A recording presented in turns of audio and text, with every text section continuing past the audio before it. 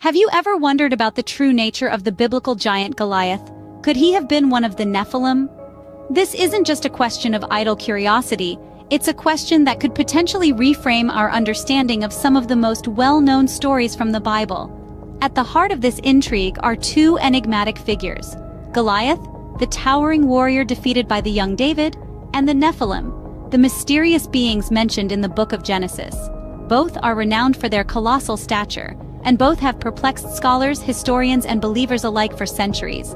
Goliath, as many of us know, was a giant Philistine warrior, a formidable figure whose height alone was enough to strike fear into the hearts of his opponents.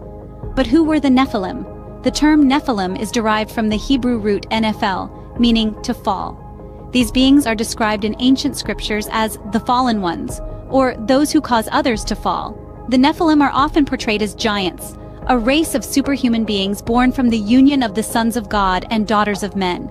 Their origins, true nature, and their fate are shrouded in mystery, leading to numerous theories and interpretations. Could there be a connection between Goliath, the infamous giant, and the Nephilim, the enigmatic fallen ones? Is it possible that Goliath was a descendant of these superhuman beings, or perhaps was he one of them?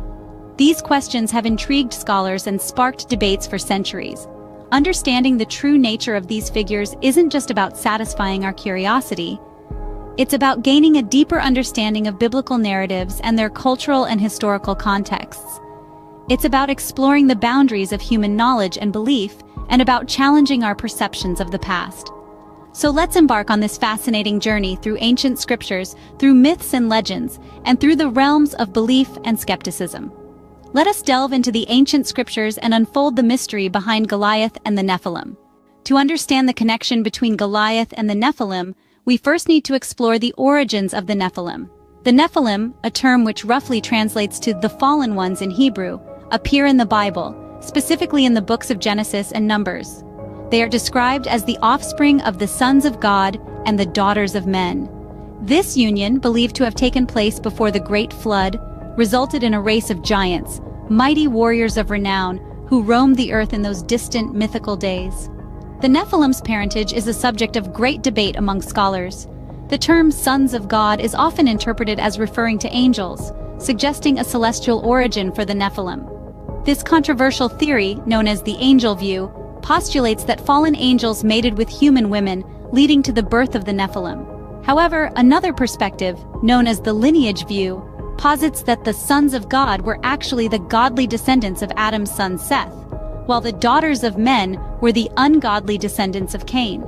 From this perspective, the Nephilim were simply human, albeit possessing exceptional physical and possibly spiritual attributes. Regardless of their exact origins, the Nephilim are significant figures in biblical narrative. Their presence on earth is often associated with a time of great wickedness, leading up to the divine judgment of the flood. Some scholars even suggest that the Nephilim, with their superhuman abilities, may have contributed to the escalating corruption and violence of that era. The Nephilim, these enigmatic beings that straddle the line between the divine and the human, between myth and reality, have fascinated us for centuries.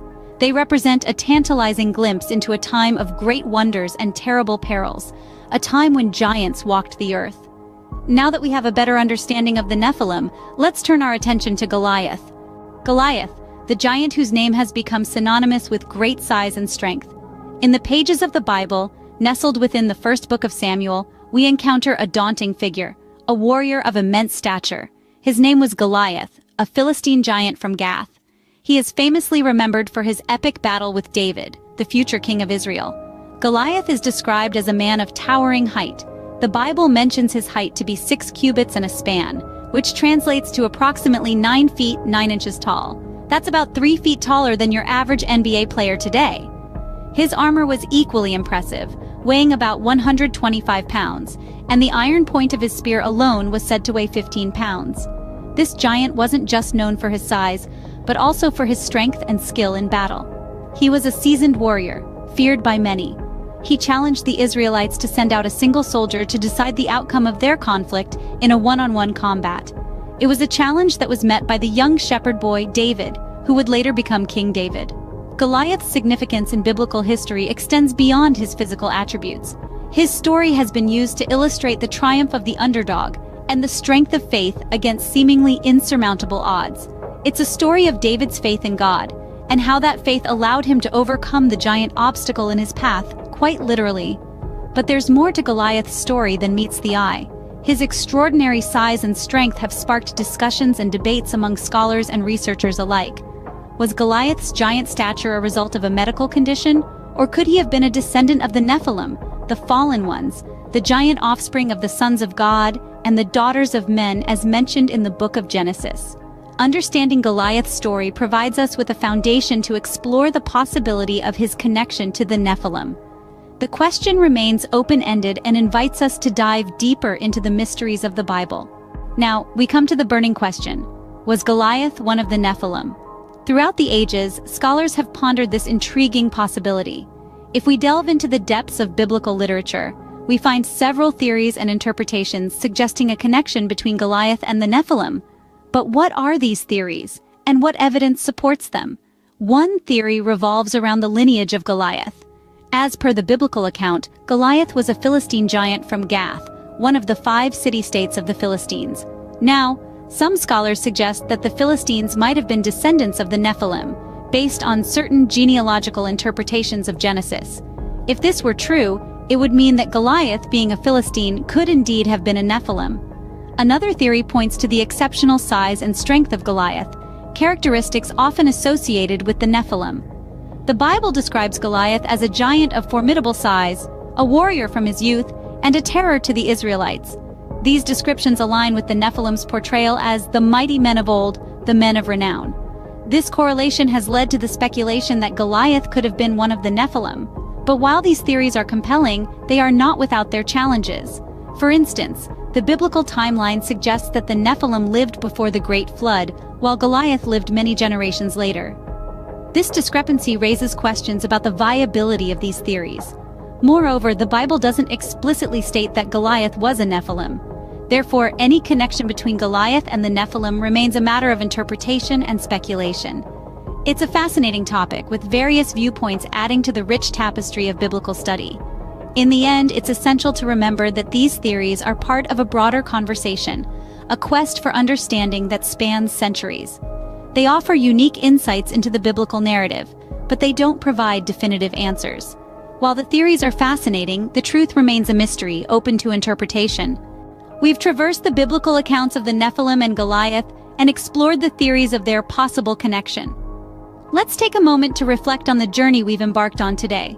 We began by delving into the enigmatic mystery of giants that have permeated folklore and mythology across the world. These tales, often rooted in fear and awe, set the stage for us to examine the origins of the Nephilim. We discovered the Nephilim, a race of giants mentioned in the book of Genesis, were described as the offspring of the sons of God and the daughters of men. These beings, possessing both divine and earthly lineage, were renowned for their immense size and strength, their existence seen as a testament to a time when the world was filled with wonders and terrors. Then, our narrative shifted to the towering figure of Goliath, the Philistine giant defeated by the young shepherd David. Goliath, standing over 6 cubits and a span tall, remains one of the most iconic giants in biblical history. His defeat represented the triumph of faith over physical might, a theme recurring throughout the scriptures. We then pondered on the possible connection between Goliath and the Nephilim. Could Goliath have been a descendant of these ancient giants? Theories abound, from those who see Goliath as a literal descendant of the Nephilim, to others who view him as a symbolic representation of their power and malice. The question of Goliath's lineage, like many aspects of ancient biblical history, remains open to interpretation. The ambiguity, however, does not diminish our fascination. Instead, it fuels our desire to learn more, to delve deeper into the scriptures, and to unravel the mysteries they hold.